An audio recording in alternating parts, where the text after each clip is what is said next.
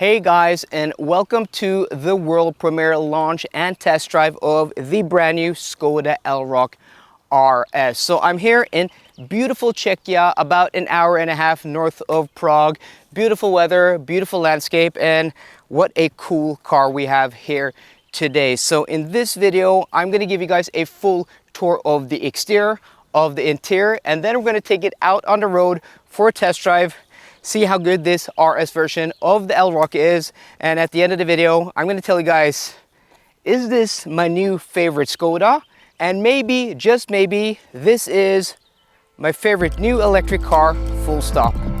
Keep watching to find out. So let's start off looking at the front end. So this wears Skoda's new design language called TechTech, or I think the face is called TechTech, and the new design language is called, I can't remember, I'm going to put it up on the screen for you guys now.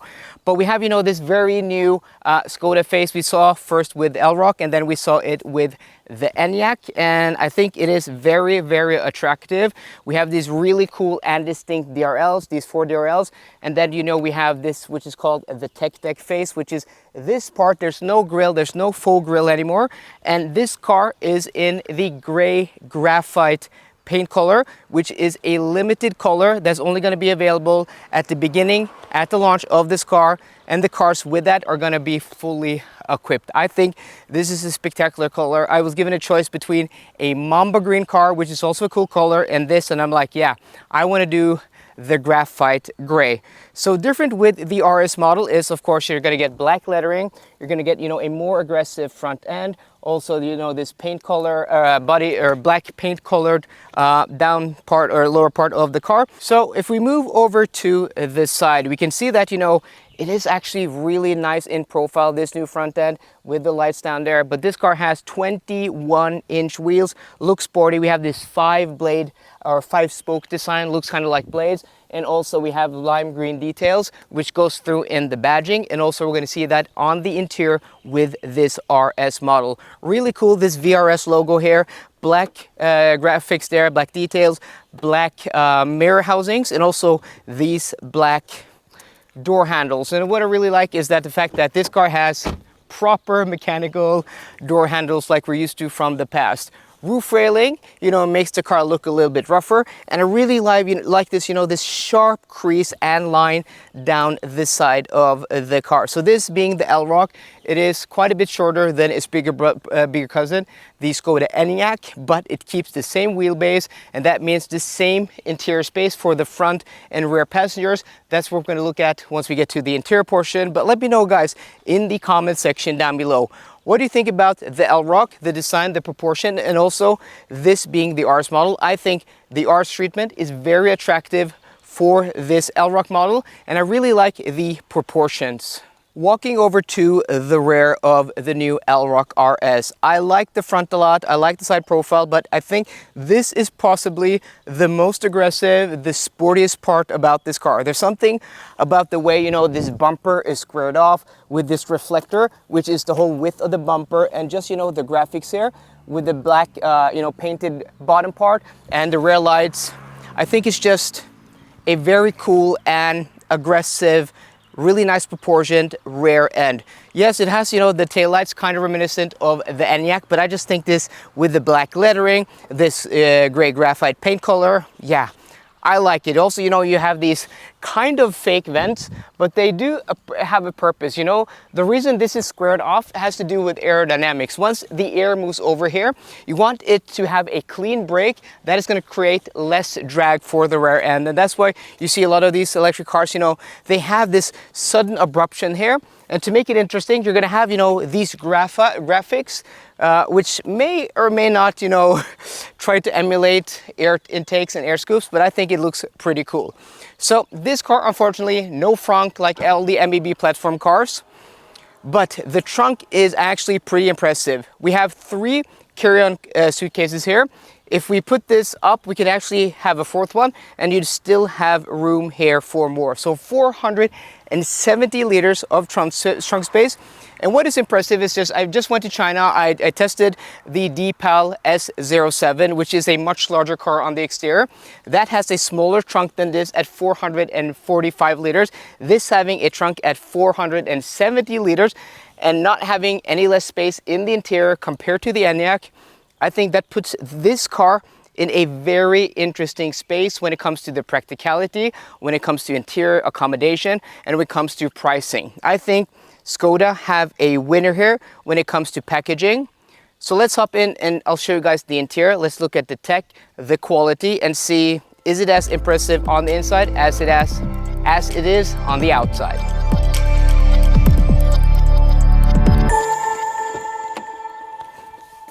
So inside the Elroq, it's pretty much the same as the Enyaq RS. I mean, this interior has to be one of the nicest interior on this platform, the MEB platform, and this has gotten the RS treatment, and that means you're going to have RS badging on the steering wheel, you're going to have RS or lime stitching on the inside of the steering wheel, and also you're going to have stitching here on the dashboard. You're going to have more of that lime color theme here on the headrest, and also here on the side bolsters, and also in the seat pattern. And what I really like about, you know, these small details is it feels special, you know. It doesn't just feel like a normal Enyaq or Elroq. And you have, you know, this Skoda is what they call it, this microfiber type of material here on the center console. And what Skoda have done with this generation, the new Elroq, and also with the Enyaq, you know, these cars are closely related. That's why I keep talking about them interchangeably, is that they've now removed all of the glossy black plastics from the center console, from the doors. There's no glossy black plastics except for, you know, some of the details here on the steering wheel, which I think is nice. I mean, I don't mind having a little bit of glossy black plastics, a little bit of bling here and there, but it becomes a real problem like with Audi. When it is on the center console, it's collecting dust, you're touching it, it collects fingerprints, and then, you know, it gets scratched and nasty really quickly. You know, when I first reviewed the Enyaq like back in 2021, I was impressed by the interior. This having basically the same interior in the cheaper lesser model is very, very impressive. Like, beautiful materials up top here, soft touch plastics. You have this carbon fiber type of you know, trim here, physical buttons. You have a great infotainment system. I've, you know, covered this extensively in other videos, so I'm not going to do that now, but I'm going to link a few videos down below for you guys if you want to check out, you know, my full review of the infotainment system. The steering wheel is beautiful, perforated leather, smooth leather up top. It just feels really nice in the hands. And then you have, you know, physical buttons here on the left for your audio. Here you have your ADAS, you have, you know, proper window switches, mirror switches, gear selector. This is one of the nicest interiors when it comes to ergonomics. And also these sports seats, very supportive, very comfortable, a lot of adjustment. My only gripe about this interior is that the cup holders can be a little bit small if you have bigger drinks. I found that to be the case. And also this screen in front of the driver is a little bit small for some people. I don't mind it, but that has been a complaint. And also, if you're a taller person, the seat bolsters here cannot be extended. So the under thigh support cannot be extended. For me, I'm fine, but for other people, they may have issues. Adjustable armrest. I mean, there's very little bad things to say about this interior and a lot of good things to say about this interior. It is superb in a lot of ways. So let's hop into the rear and I'll show you guys maybe the most impressive thing about Skoda downsizing the Enyaq to the Elroq. So Skoda may have shrunken the Enyaq, but in the rear, this is impressive. Again, I just went to China to test drive the Deepal 07. That had a very spacious rear seat, maybe even more spacious than this, but this is a much smaller car, like 20, 30 centimeters almost. And the fact that, yes, you're getting a little bit smaller boot in this car. The trunk is going to be a little bit smaller. The rear seat accommodation is impressive. I just had a few weeks ago an Audi SQ6 e-tron on loan, and there's a lot more knee room here. I'm about 180 centimeters. I have plenty of room, 5'11". I mean, this is a spacious rear seat. It has this dumb center console. Not sure what that's about. Just gonna throw that away. But like you can have 3 people here abreast. There's a lot of room. You can even slide your, your feet underneath the front seats. And like, it's just a nice place to sit here. You're gonna have an armrest here also, where you're gonna have a few cup holders. Yeah, it's just not the nicest, to be honest. Like, the action of this feels a little bit cheap and Fisher pricey. But at least you have, proper cup holders. I like the fact that, this is quite high. But it's a spacious rear seat for such a small car, and I think the packaging here is just impressive.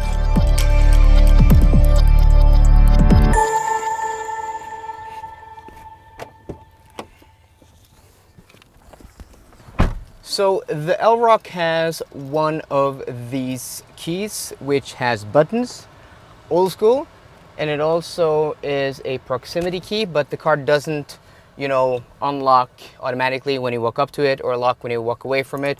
Not sure about a phone app, but I'm pretty sure there is a phone app for this car where you can lock and unlock it. But again, not 100% sure, may not have that.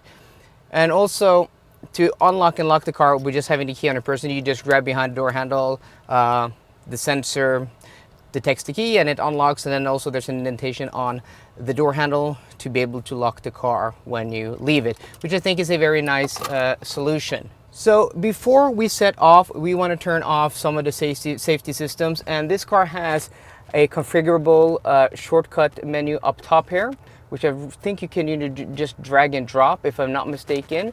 A little bit different than what we've seen with Volkswagen, but I think if we go in here, we can do assistance systems, and I'm pretty sure we can do, I'm not sure how do you customize this. There we go. Then we can do assistance systems. There we go. So you do that, you're done. So you have a shortcut to your assistance systems, and then you have your list here. The ignition is on. So you press this, and then you can turn off all of your driving aids. So simple. I mean, that's the way to do it. And then we're ready to go. So once we're ready to go, we got to buckle up, of course, and we have a gear selector down here. And you have regen pedals on the steering wheel. When the car is in drive, it does have creep when your automatic brake hold isn't on, or you can put the car into brake regenerative mode, but it doesn't come to a complete stop. This doesn't come all the way to a stop. It does have a little bit of creep, which I wish it came to a complete stop, with the PPE platform from Audi and where you have one pedal drive, but this doesn't have that. So this car, being the RS model, dual electric motors, 340 horsepower, 0 to 100 kilometers an hour in 5.4 seconds, is plenty fast for a lot of people.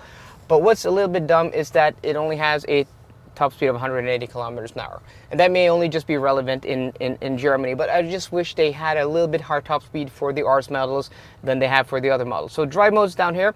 This car does have dynamic chassis control, so adaptive dampers as standard. We're gonna set off here in comfort mode. And I've just been to China, as I've probably said a lot of times in this video, driving the Deepal S07. And the reason I keep comparing this car to that is because that car starts from 399,000 kroners with that big battery pack, and this is going to start from about the same with the big battery pack. This RS model in Norway starts from 479,000 kroners, and that is very, very competitively priced. And that's why I want to compare these cars. Like the interior accommodation is pretty much the same. Interior materials, I'd say it's about on par.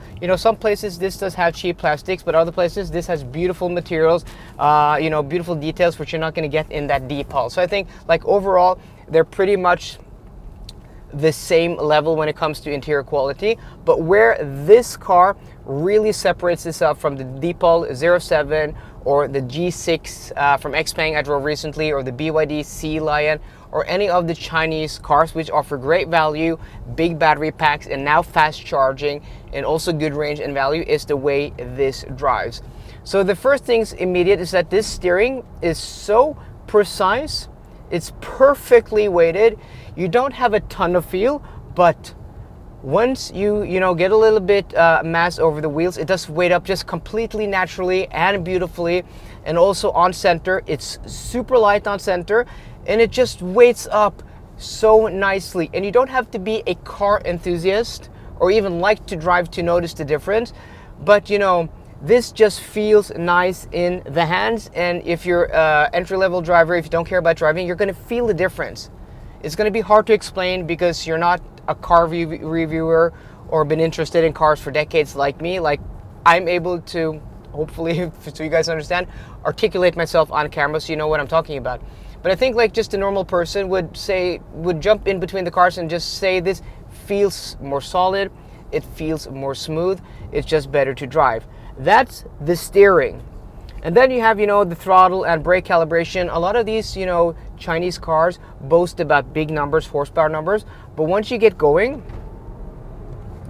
their throttles are calibrated weirdly. Here, perfect regen, perfect tip-in acceleration. The car feels quick, much quicker than the 5.4 seconds 0 to 100 km/h time does suggest. And now we're in comfort mode. Adaptive dampers. In comfort mode with adaptive dampers, this car has a waftiness, a sophistication, a refinement going down this stretch of road that is just unmatched. I was talking to the guys when he drove this car from the airport here 1.5 hours north. I'm like, this feels like a Porsche to drive compared to that Deepol 07. And I'm not kidding. This is so impressive and so good. Like, it feels solid. Suspension noise is kept to a minimum, and once you go over a big bump or whatever, it's just feels so solid and feels so quiet. So what's going on here? We have cops. Am I going the right way? Not sure what's going on here. There's like a bicycle thing. I'm not sure how I get back to. I think we're gonna go left over here. Okay, I think there's like a bicycle race, and we have the cops. Yeah, okay, the Czech police. So I mean, this thing is just, it feels like a Porsche compared to that Deepol 07. I keep talking about that because I just driven that. This on bad roads is so impressive. And then you press the button down here, you put it into sport, and then you press the throttle. Instant response, feels quick, usable power, steering weight's up, and it's just a nice car to drive. So we gotta be a little bit cautious here of these people on bicycles. Hopefully I'm going the right way back, but I'm not completely sure. Yeah, I think we took a left over here. So I'm gonna pass these bikers here, these cyclists, and it's just so nice. So we were driving this on some twisty roads, you know, side to side motion is kept to a minimum. One of the complaints I had about the Xpeng G6 Performance is once the road got bad, it would just, you know, move right to left, right to left. This, not at all. It just stays completely flat. When you're on a bad piece of pavement, it just sorts out, you know, the road beautifully. And this is something, you know, German and European auto manufacturers. I mean, Skoda, we are in Czechia. It is a Czech brand, but it is, you know, underneath Volkswagen Group. We're close to Germany. They are neighboring countries. And there's a lot of German engineering gone into this car, of course. And the Europeans have been making cars for 139 years, right? Decades upon decades, in some cases more than a century of suspension tuning, steering tuning. There's a know-how that comes with developing a car in Europe that just you're not going to get in other continents, and not even in China. Turnover for, you know, development for a car in China is very quick. Something has to give. And in the case, in my experience, it is the way the car drives. It's the steering feel, it's the suspension tuning, it's just the refinement, which is what you want and expect from a European car, and especially when you're paying big money. This, relatively inexpensive. You would have thought that this and something like the Deepol S07 would be closer in the way they drive, but no. This is really good at this price point. There's hardly anything to fault about this car. It is like another Skoda, superb. So, what is my verdict of the new Elroq RS after seeing it on the exterior, after test driving it, after checking out the interior? Well, I think this with a starting price in Norway from 479,000 kroners, undercutting its bigger cousin or bigger brother, the Enyaq, by about 80,000 Norwegian kroners. I think this is a very appealing product. I'm going to put the price for you guys in euros. There's different countries in Europe, and also the UK is usually where you guys are watching from. But I think like the package here for European cities, if it's either Oslo or London or Prague or Munich or Paris or whatever you live in Europe, I think this is a perfect size, like right around 4.5 meters. And you're going to get good interior accommodation. You're going to get a decent trunk. And the performance here, the looks, I think this car has a lot of curb appeal at this price point. And I think this is my favorite new electric car in the mid-size to small segment. Like, I like this more than the Enyaq. I like this more than the ID3. I like this more than a lot of the other competitors from Europe and other places. So this, I think, is my new favorite electric car at 50,000-60,000 euros. If it were to go up in price to get, you know, a car with a little bit more room or space, that would be the Volkswagen ID7 GTX Tour. But anything cheaper than that, if you're spending less money, I think this is an impressive and awesome package. It drives great, it looks great, beautiful interior ergonomics. It's just a cool car. So guys, let me know what you think of the new Skoda Elroq RS in the comment section down below. Are you as impressed or as hyped as I am? I'm curious to know. So guys, I hope you enjoyed today's video. If it did, please drop me a thumbs up down below. And for more car content, as always, please subscribe. See you guys later and goodbye.